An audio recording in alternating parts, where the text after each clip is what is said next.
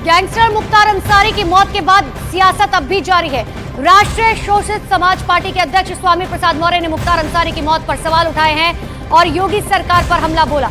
तो वहीं समाजवादी पार्टी के नेता और सांसद डिंपल यादव ने भी गाजीपुर प्रशासन पर निशाना साधा।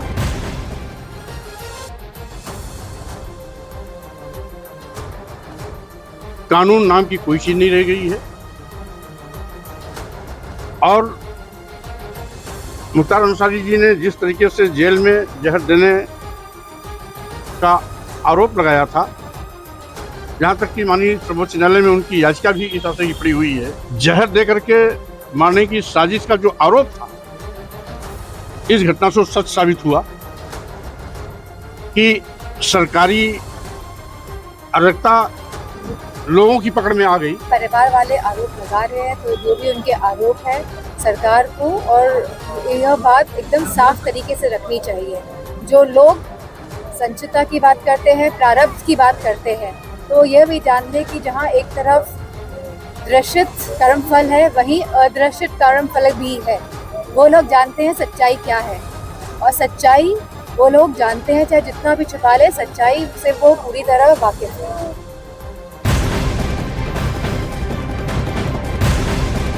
और एक बड़ी खबर आपको बता दें, तेज रफ्तार से चली आंधी और बारिश ने पश्चिम बंगाल के जलपाईगुड़ी जिले में काफी तबाही मचा दी है।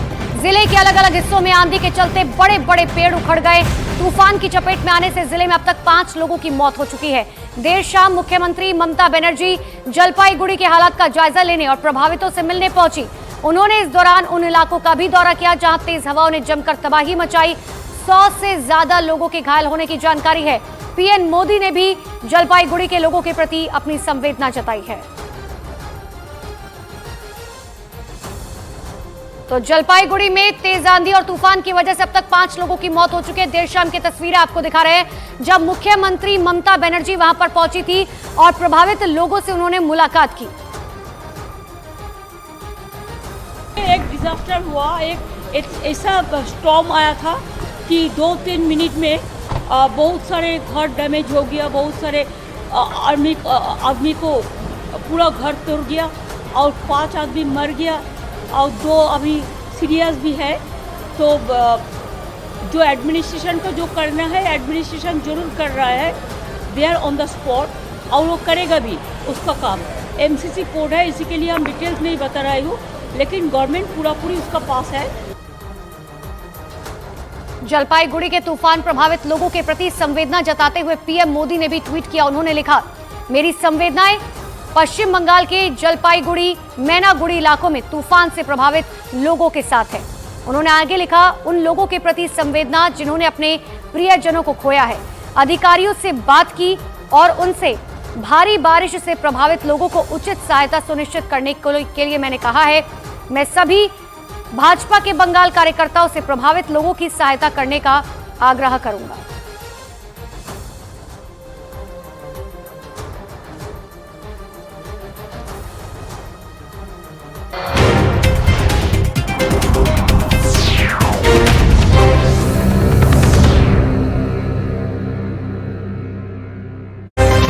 दिल्ली में बैठ के हमारे जो सांसद बनेंगे वे हमारी आवाज उठाएंगे, ये इसीलिए गठबंधन बना, इसीलिए जो है बड़ा। पश्चिमी उत्तर प्रदेश की सड़कें, यहाँ की गलियां, यहाँ के मोहल्ले, यहाँ की चौपाल। ग्राउंड रिपोर्ट के दौरान जितनी गहराई में जाओ, बातें और भी ज्यादा पता चलती है। सबसे ज्यादा चर्चा बागपत, मेरठ, मुजफ्फरनगर की सीटों की हो रही है। बीजेपी जानती है कि जाटों का वोट कितना अहम है और अब तो आरएलडी भी साथ है। मुजफ्फरनगर में योगी आदित्यनाथ ने राम मंदिर का जिक्र किया तो शामली में राम मंदिर के साथ चौधरी चरण सिंह की भी बात की। अयोध्या में प्रभु रामलला का भव्य मंदिर का निर्माण और आजादी के उन सभी बंदों का सम्मान किस रूप में हुआ है। आजादी के अमृत महोत्सव वर्ष में हर घर तिरंगा के माध्यम से हम सब ने उस आयोजन के साथ जुड़ करके देखा है। बंदों केवल यहीं तक सीमित नहीं है, अभी हाल ही में किसानों के मसीहा चौधरी चरण सिंह जी को भारत का सर्वोच्च नागरिक सम्मान भारत रत्न प्राप्त हुआ। ये विरासत का सम्मान है। चौधरी साहब किसानों के मसीहा थे।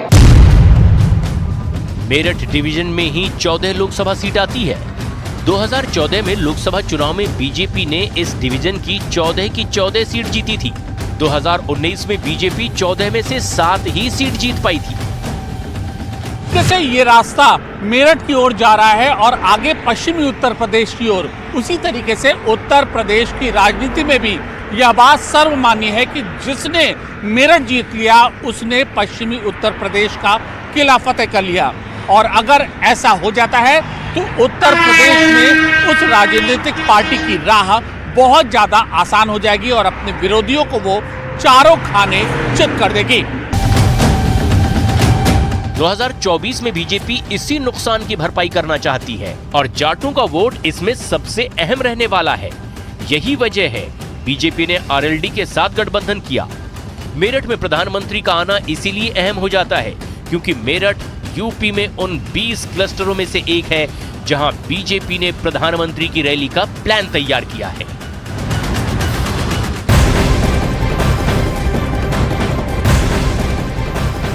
और आज दिल्ली के रामलीला मैदान में इंडिया की 28 राजनीतिक पार्टियां केंद्र सरकार के खिलाफ लोकतंत्र बचाओ रैली करने वाली हैं। अरविंद केजरीवाल की गिरफ्तारी के बाद आयोजित इस रैली को विपक्ष की एकजुटता के तौर पर देखा जा रहा है, तो दूसरी तरफ कांग्रेस ने साफ कर दिया है कि ये किसी एक व्यक्ति या पार्टी केंद्रित रैली नहीं बल्कि लोकतंत्र और संविधान बचाने के लिए इंडिया के 28 दलों की रैली है। इसमें सभी दलों के प्रतिनिधि हिस्सा लेने वाले हैं। रैली का मकसद बढ़ती महंगाई, बेरोजगारी, विपक्ष के नेताओं पर केंद्र की एजेंसी की तरफ से हमले और विपक्ष के नेताओं की गिरफ्तारी और कांग्रेस के बैंक खाते फ्रीज समेत तमाम दूसरे मसले रहे। क्रांति भूमि मेरठ की सरजमी पर पीएम मोदी आज गरजने वाले हैं। पीएम मोदी की होने वाली इस रैली की सभी तैयारियां पुख्ता कर ली गई हैं। सबसे बड़ी बात यह है कि एनडीए का कुनबा भी पीएम मोदी के साथ मंच साझा करने वाला है। ये रैली इसीलिए भी बहुत खास है क्योंकि लोकसभा चुनाव का बिगुल बजने के बाद ये पश्चिमी उत्तर प्रदेश में पीएम की पहली रैली है। रैली में पीएम मोदी के साथ मंच पर सीएम योगी आदित्यनाथ, हरियाणा के मुख्यमंत्री नायब सैनी जयंत चौधरी, अनुप्रिया पटेल, ओम प्रकाश राजभर, संजय निषाद मौजूद रहेंगे। इसके अलावा कई केंद्रीय और राज्य मंत्री भी पीएम मोदी के साथ मंच पर मौजूद रहने वाले हैं। एक बड़ी रैली आज होने जा रही है और खास